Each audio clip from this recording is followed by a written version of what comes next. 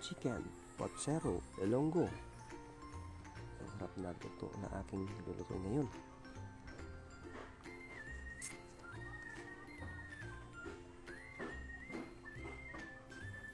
Kamusta na?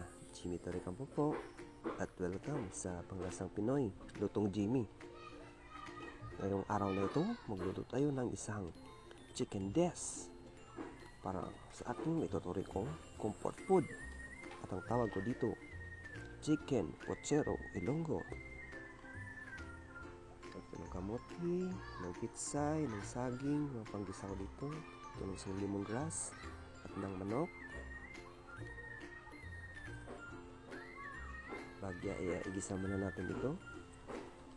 Kunin muna natin yung mantika ng manok bago natin ito igisahin.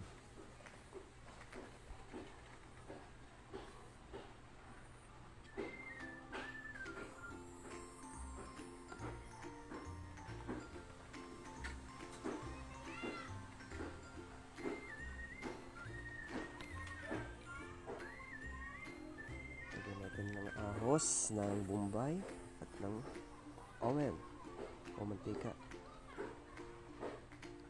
Itigis na natin ito.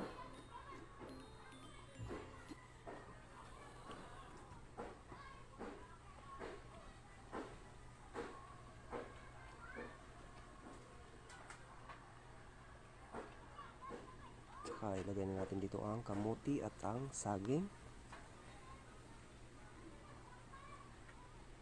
Tsaka maglagay ako dito ng sabaw.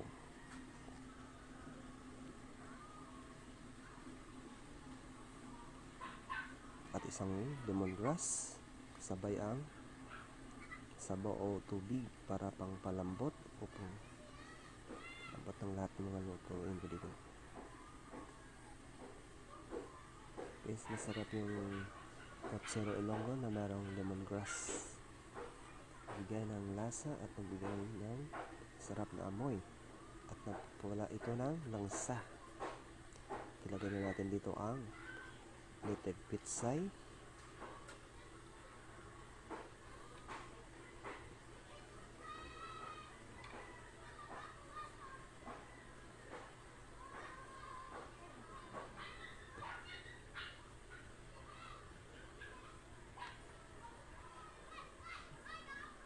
saka halo-halo. Yan lang natin.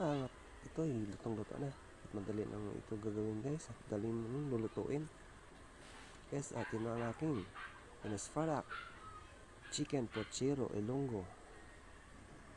Thank you guys. God bless.